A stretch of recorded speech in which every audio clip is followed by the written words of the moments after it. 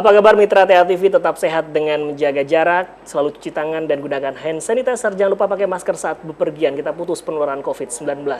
Ya, tentu saja kita masih berbincang bagaimana persiapan dalam menangani COVID sekaligus menuju kenormalan baru. Dunia pendidikan tidak bisa diabaikan. Tentu dengan berbagai macam kondisi yang ada, banyak hal dilakukan termasuk cara dan upaya dalam menggunakan teknologi maupun bagaimana persiapan menuju kenormalan baru kali ini. Dan kita akan berbincang bagaimana pendidikan sekolah menuju kenormalan baru.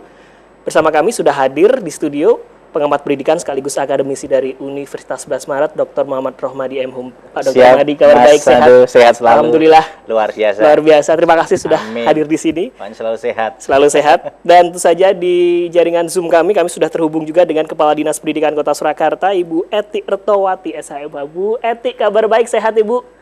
Alhamdulillah sehat. Alhamdulillah. Sehat, Mas. Terima Sehat, kasih. Bu Eti, Kita ya. mohon waktunya untuk berbincang meskipun tidak harus bertatap muka langsung, Bu Eti. Boleh, nggak apa-apa. Baik. Ya, sehat. Dan ini menarik apabila kita awali dari Pak Rohmadi dengan evaluasi katakanlah 3-4 bulan terakhir dunia pendidikan kita. Pak Rohmadi juga akademisi juga di tingkat perguruan tinggi, Betul. tapi secara umum ada catatan apa untuk 2020 ini? Baik, begini Mas Andu. Jadi kalau kita lihat 3,5 bulan atau hampir menuju 4 bulan ini era COVID-19 ini, jadi memang ini menjadi tataran atau tatanan baru untuk pendidikan ya. Baik. Jadi pada posisi ini memang guru-guru pemangku kepentingan seperti Bu Eti ini sedang diuji nih, sedang diuji bagaimana untuk mengelola pendidikan di era pandemi. Nah, yang perlu diperhatikan memang ada beberapa hal pokok. Yang pertama adalah menyadari situasi dan kondisi permasalahan. Ini paling penting. Menyadari, Jadi kondisi ini harus disadari semua pihak, baik pemangku kepentingan, kemudian guru, orang tua, siswa, semua memang harus menyadari permasalahan.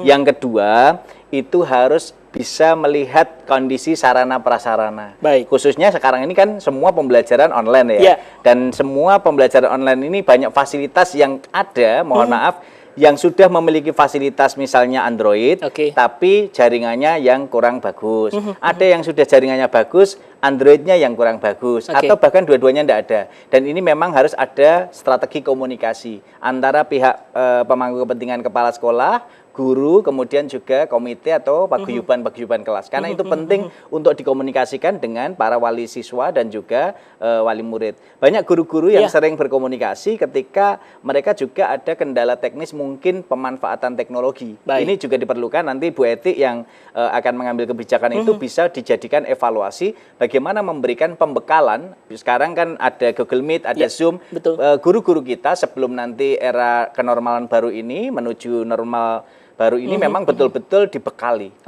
Pembekalan itu menjadi salah satu penyamaan persepsi agar jangan sampai psikologi siswa itu mohon maaf juga nanti terbebani dengan kemarin kan banyak tugas-tugas dan lain sebagainya. Ini menjadi keluh kesah masyarakat ini. Jadi ketika kita sedang ronda, sedang ngobrol, sedang di beberapa ini memang ada sisi keberatan dari sisi orang tua. Karena lebih banyak yang bekerja tidak siswanya, tapi orang tuanya. Nah ini nanti jadi bahan evaluasi Bu Eti untuk lakukan penyamaan persepsi bersama. Saya kira ini hal yang penting. Jadi 3 hal penting ini. Kemudian yang keempat paling pokok yang harus kita lakukan adalah evaluasi diri bersama. Dari pihak pemangku kepentingan, Bu Eti selaku Kadinas, kemudian dari kepala-kepala sekolah, kemudian dari guru, dari komite, dari semua pihak. Dan kita ini kan sedang diuji ya, jadi betul-betul harus membangun kesabaran untuk bisa mewujudkan bersama di era new normal ini. Memang harus seperti kata penjelasan tadi bahwa harus tetap jaga, ikuti protokol kesehatan, kemudian pola hidup bersih, pola hidup sehat, tapi semua harus tetap berjalan. Pendidikan tidak boleh berhenti karena itu bagian proses untuk melahirkan generasi yang unggul dan mandiri. Saya setuju Pak Dr. Rohmadi. Kita akan bersama Bu Eti. Bu Eti, pertanyaan yang sama Bu Eti, jadi dari berbagai macam evaluasi yang khususnya di Kota Surakarta, apa ini yang menjadi catatan termasuk kebijakan baru apa dari Pak Wali Kota Surakarta untuk kemudian merespon dunia pendidikan sendiri? Bu Eti silakan. Terima kasih Mas Andu. Jadi Pak Rohmadi, selamat ketemu. Siap. Ketemu lagi dengan saya. Siap Bu Eti, sehat selalu. Lama nggak ketemu. Jadi kami sudah mengevaluasi, kami kemarin baru saja rapat juga, MKKS SMP khususnya, dengan Bapak Wali Kota, justru kemarin dipimpin Bapak Wali Kota, tapi sebelumnya kita sudah evaluasi terus dengan kepala sekolah memang ada beberapa permasalahan. Kalau kita harus akui jujur bahwa betul. kondisi kemarin itu kan kita kaget semua, darurat semua. Sehingga kalau apakah ini optimal atau tidak pembelajaran dengan jarak jauh, pasti kita jawab kurang optimal, pasti.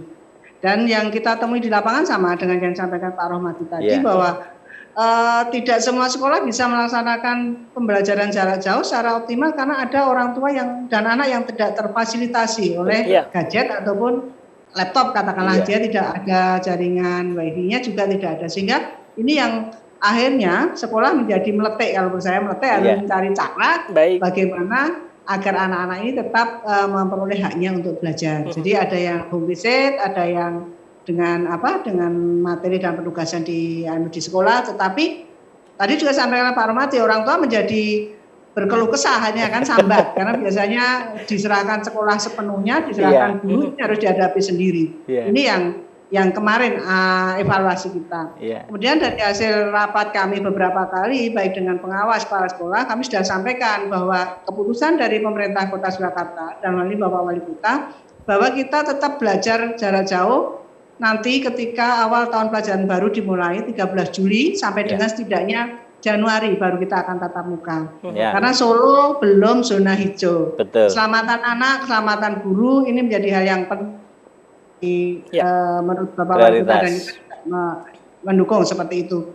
Jadi prioritas, sehingga kemarin sudah disampaikan oleh beliau Januari paling cepat nanti kita baru bisa tatap muka.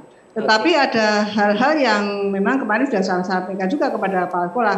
Kalau 3 bulan kemarin itu kita rodok gagap, masih kita bisa terima karena kemarin kan semua darurat, kita kaget. Kalau yang ini karena kita sudah rencanakan 1 semester harus belajar jarak jauh, ya harus dipersiapkan mulai dari sekarang. Dan alhamdulillah ini hampir semua sekolah sudah mulai workshop peningkatan kompetensi guru untuk belajar jarak jauh. Saya sudah ada di beberapa sekolah untuk memberikan materi. Sudah. Kemudian dari Bapak Wali Kota kemarin juga disampaikan kepada para kepala sekolah dan pengawas bahwa akan ada pembelajaran dari radio. Radionya adalah radio Konata, radio anak. Radio anak yang dikelola oleh Dikom Sekarang sudah kita lewat FM 100,6 kalau nggak salah. Itu bisa. Ini sudah mulai disusun jadwal, ini sudah mulai pemanasan, mulai pagi dari PAUD, kemudian SD, SMP, sudah seperti itu.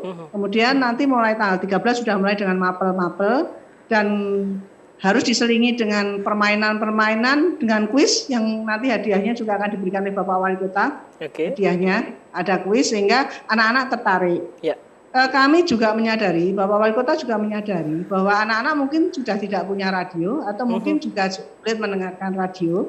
Maka kenapa nanti kemungkinan besar hadiahnya untuk kuis itu adalah radio untuk anak-anak. Cacak. Mempopulerkan radio ke anak-anak. Kemudian kan sebenarnya tidak hanya bisa diakses dari radio, tapi bisa dari Solo Destination, gitu kan? Dari aplikasi Solo Destination bisa. Kemudian bebas anak-anak bisa interaktif dengan gurunya di situ bisa.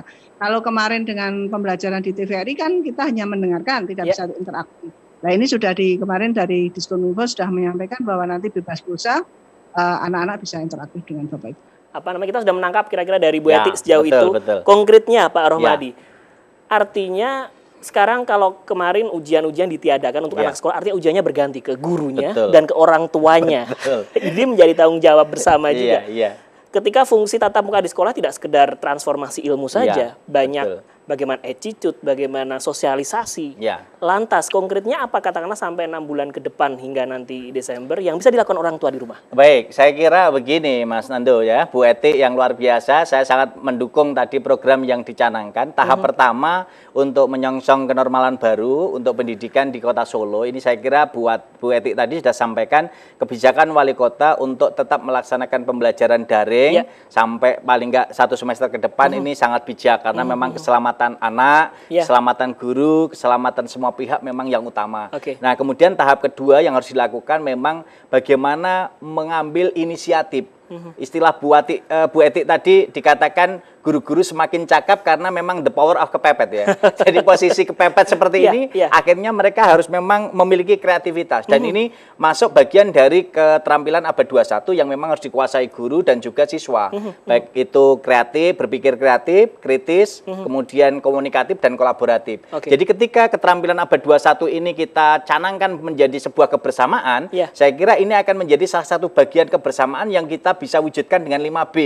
Jadi 5B pertama bersilaturahmi. Apa yang katakan Bu Etik tadi sudah membangun komunikasi dan silaturahmi dengan kepala sekolah, dengan guru-guru, dengan orang tua. Betul Bu Etik bahwa yang dulu diserahkan penuh pada guru di sekolah pada Bu Etik ya, sekarang orang tua jadi kelabaan nih, jadi harus berdagang ke pasar, mikir dulu anaknya, tugasnya belum dikerjakan gitu ya. Jadi memang ini menjadi bagian kolaborasi yang memang nanti harus kita kuatkan bersama-sama. Jadi 5B yang harus kita kuatkan bersama-sama, Bu Etik saya kira sangat bagus nanti. B pertama bersilaturahmi. Jadi saya mohon dari pemangku kepentingan, baik kepala sekolah, guru, komite itu bersilaturahmi. Yang kedua berkomunikasi. Jangan sampai putus komunikasinya lewat WA, lewat apapun yang bisa dijalin. Kalau bisa home visit, ya home visit, tetap dengan protokol kesehatan. Yang ketiga ini berkolaborasi. Jadi tidak bisa sendirian Bu Etik. Jadi memang pembelajaran pendidikan tanggung jawab bersama untuk seluruh masyarakat, mohon membangun kesadaran bersama. Kolaborasi antar siapa? Orang tua, masyarakat, dan sekolah. Dan ini dinaungi oleh pemangku kependidikan, Dinas Pendidikan, dan juga Pemkot Surakarta. Yang keempat, ini harus beraksi. Jadi kalau kemarin sudah belajar dari 3,5 bulan kita memproses istilah Bu Etik masih gagap. Nah ke depan tidak boleh gagap lagi karena kita sudah punya pengalaman ya Bu Etik. Nah, ini punya pengalaman yang bagus untuk kita siapkan bagaimana kita perencanaan pembelajaran, pelaksanaan pembelajaran, evaluasi dan tindak lanjut. Saya kira sekarang pemanfaatan Google Zoom saya kira sudah mulai pandai, sudah cerdas. Pemanfaatan Google Meet bisa, pemanfaatan YouTube, pemanfaatan banyak yang bisa kita gunakan. Iya. Dan yang terakhir saya kira B yang kelima berliterasi dengan Ratu Lisa, rajin menulis dan membaca Bu Etik.